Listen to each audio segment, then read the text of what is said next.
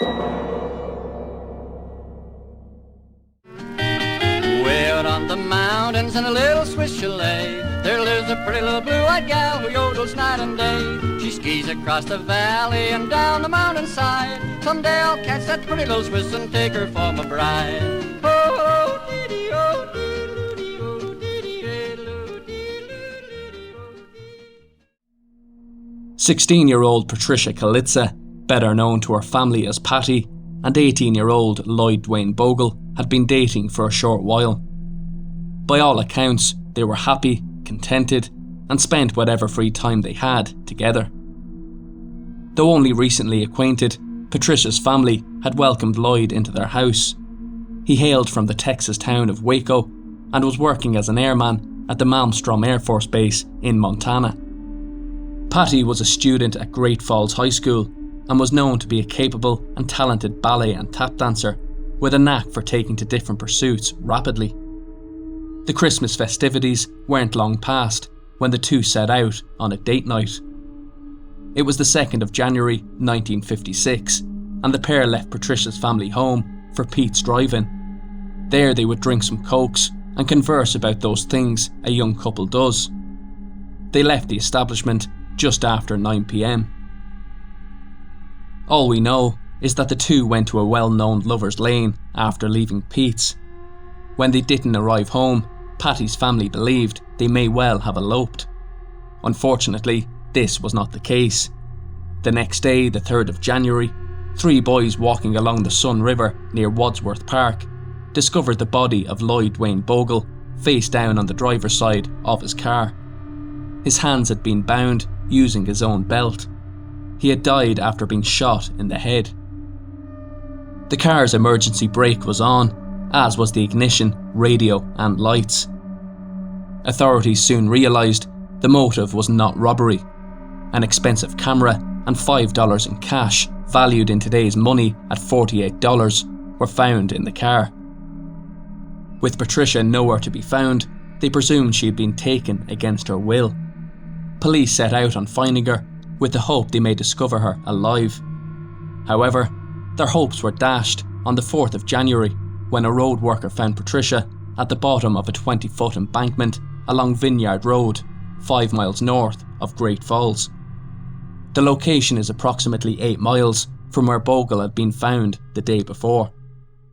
Cascade County Sheriff's Department were aided by the Great Falls Police and Malmstrom and Montana Highway Patrol. Offers of help were also made by the Royal Canadian Mounted Police. GFPD Detective Sergeant Jack Anderson, who led the case, would say early on that the killer was either lucky or had planned the murder very carefully. The only thing which seemed apparent was that whoever the killer was knew about the lover's lane and had used it as an ambush point. Caught unaware, the couple likely had no other choice but to comply. Autopsies gave little information as to who the killer was. It was simply determined that both of the victims had been shot in the head. The coroner was of the opinion that Duane had survived for a number of hours after he was shot. He placed the time of the shooting at some time between 10 p.m. and midnight, with the time of death occurring between 2 and 4 a.m. On initial inspection, police were not sure whether sexual assault was the motive, as Patty was found fully clothed and the first autopsy returned a verdict of inconclusive. However, after further examination, they were able to determine she possessed injuries consistent with rape. A sign of the authorities' desperation to catch the killer can be seen in the actions of then Sheriff DJ Leeper. He used personal funds to purchase a polygraph machine and enlisted a specialist with the hope they might find the guilty party. A public plea was issued which ran as follows. We want the name or names of men drinking in bars in this area on the evening of January 2nd who may have had a gun in their car or who were on the prowl for excitement. This public plea led police back to the crime scene. Witnesses came forward saying they had seen a dark sedan which had been parked along the road for around half an hour. Tyre tracks led to the area where Bogle had been found, and it was also obvious that someone had walked around the area. We can't obtain any further information regarding the sighting. We presume that if they had done a thorough examination of the site on the day Bogle was found, they would have seen signs of activity sooner. So we don't know whether witnesses saw the sedan parked there on another night, and police presume that the killer had come back to relive his actions, or if the car had been seen on the night of the 2nd, and police simply missed the tyre tracks and footprints during the initial stages of the investigation. With the public desperate for answers, a reward was offered which reached a total of $6,000, which is about $55,000 today. One of those who donated gave an insight into the way many in the local area were feeling. I don't consider life safe until this brutal killer or killers is caught. Every citizen should dwell on that thought. It's mine and many others' opinion that this murder is the work of a gang of hoodlums, drunk with dope or insanity, or both. And this is their idea of something exciting to do.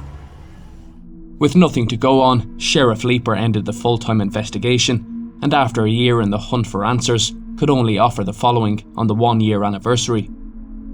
I feel bad about it, not getting the guy who killed those two. I guess it's just one of those things, but we're not giving up.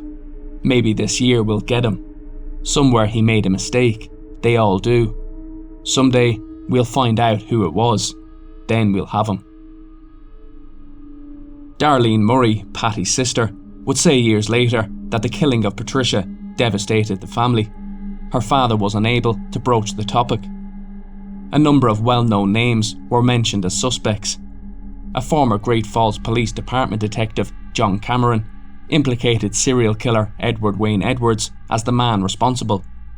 He claimed he could put Edwards in Great Falls at the time of the murders. DNA would later rule him out as a suspect. Another man with a record of violence and rape was the famous gangster James Whitey Bulger Jr. He did live in Great Falls during the 1950s, and as a person suspected of killing 19 people, he certainly possessed the capability of carrying out such a deed. However, like Edwards, DNA testing would rule him out too. Another name that came up was Floyd Robertson. He was an airman at the same base as Bogle.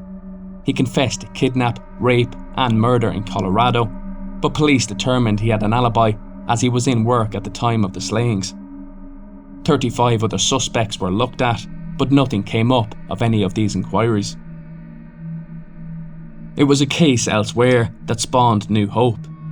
The arrest of Joseph James D'Angelo, the Golden State Killer, occurred when investigators turned towards genetic genealogy in 2018. He was accused of 13 murders and over 50 rapes. This man had terrorised California during the 1970s and 80s.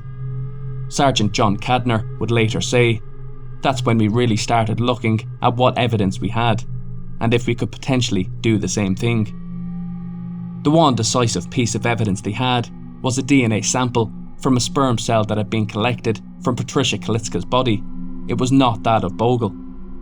In 2001, they had sent it off for analysis and tested it against the National Criminal Database, but no matches were found. In 2019, they solicited the help of Boat Technology, a Virginia-based company specialising in the analysis of DNA. A DNA sample allowed them to build a family tree, utilising already existing data obtained by those using genealogical websites to trace their origins. This led them to a man named Kenneth Gould, a horse trainer born and raised in Great Falls, who would have been 29 at the time of the murders. He lived only a mile from Kalitzke's house and held horses only 600 yards from her front door. At the time, he was married to a woman who was 16 at the time of their marriage in 1952. They would go on to have 5 children. About a month after the killings, he left Great Falls and moved to 2 other Montana towns, Geraldine and Hamilton, before eventually leaving Montana for Alton, Missouri in 1967. He would never return to the Big Sky Country. Unfortunately, Gould was deceased. He died in 2007 and was later cremated. Therefore, no DNA test could be taken. Authorities have no doubt this is their man. They took 3 samples from 3 of his living offspring, and the genealogical method they used was confirmed. Cadner would state, "Obviously, I can't put the gun in his hand, but when you put everything together, there's no doubt in my mind that he's the suspect." For all the suspects they had, Gould was never questioned or looked at. He was known to ride horses around the area, and during his entire life, he never appeared on any law enforcement's radar. His surviving family members were all shocked to hear that he was linked to the killing. One of his daughters would say, "You never know. Some people just have secrets that they've never told anybody." Not only was Gould deceased when the discovery was made, but so was most of the Bogle and Kalitzke family.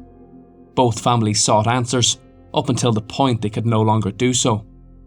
Sergeant Cadner lauded those who had worked tirelessly over the years. Though they had not been successful in finding Kenneth Gould, they had continued to show an interest in reviving the case even after decades had passed. They had also preserved evidence that would be vital in establishing the identity of the man who robbed the two young individuals of their life. Kathy Bogle McCarthy, whose father James Bogle was Duane Bogle's brother, would say that it conclusively allows us to stop wondering. However, she claimed that the resolution had reopened old wounds, in particular for an older generation who remembered Mr. Bogle as funny and charming. She said her aunt had been in tears all week. Her father, who died in 2013, had idolised Duane as a boy. She said, and I quote, "It's like it just happened yesterday. So if I was asked if this modern technology is a great thing, I would say on balance, yes, for my generation, a generation once removed. But it definitely reopens old wounds that have had a chance to crust over." Once again, thanks to everyone for watching.